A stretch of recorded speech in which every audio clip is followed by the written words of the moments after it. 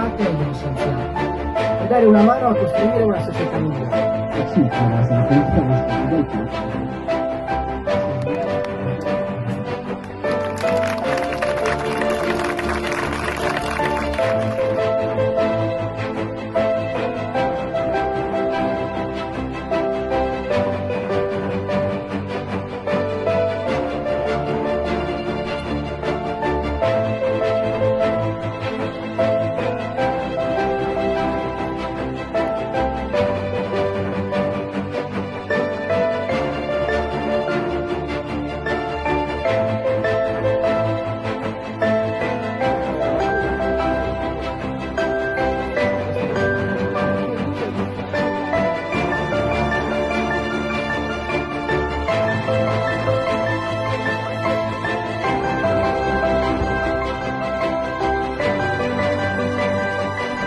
Alessandro Neri, il dottorato fa.